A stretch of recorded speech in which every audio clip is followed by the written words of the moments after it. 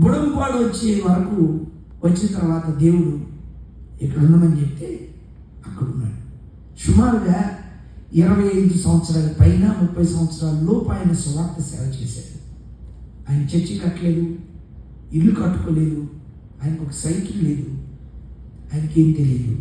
కానీ వాస్తవానికి ఆయన చాలా 100 ఎకరాల పొలం ఉన్నటువంటి రైతు అన్నమాట. ఆ దినాల్లో ఎవ్వరు చేర్చుకోకపోతే చింత చెట్టు కింద చెరువులో నీళ్లు తాగి చింత చెట్టు కింద ఉండి జీవించాడు. ఒంటి మీద ఉన్న డ్రెస్ తప్ప ఇంకొక డ్రెస్ లేదు ఆయనకి. రాత్రులు ఆయన చెరువులో దిగి వాటిని వాష్ చేసుకొని గట్టు మీద ఆరేసి రాత్రి బయటకు రావడానికి కుదరక చెరువులోనే ఉండి ఆ బట్టలు ఆరిపోయేంత వరకు చేతులు ఎత్తి గ్రామం కొరకు ఆయన ప్రార్థన చేశాడు.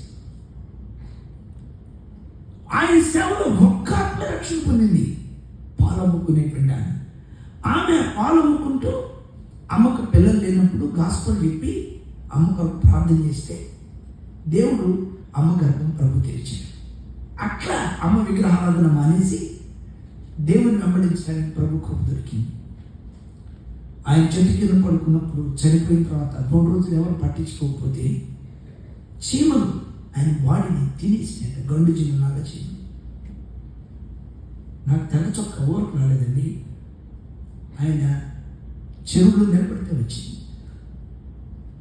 నాకు సువార్త ఊరికి రాలా, ఆయన చీమలు తినేస్తూ వచ్చింది సువార్త. నీకు ఎట్లా వచ్చిందో నాకు తెలియదు. నీ వెనక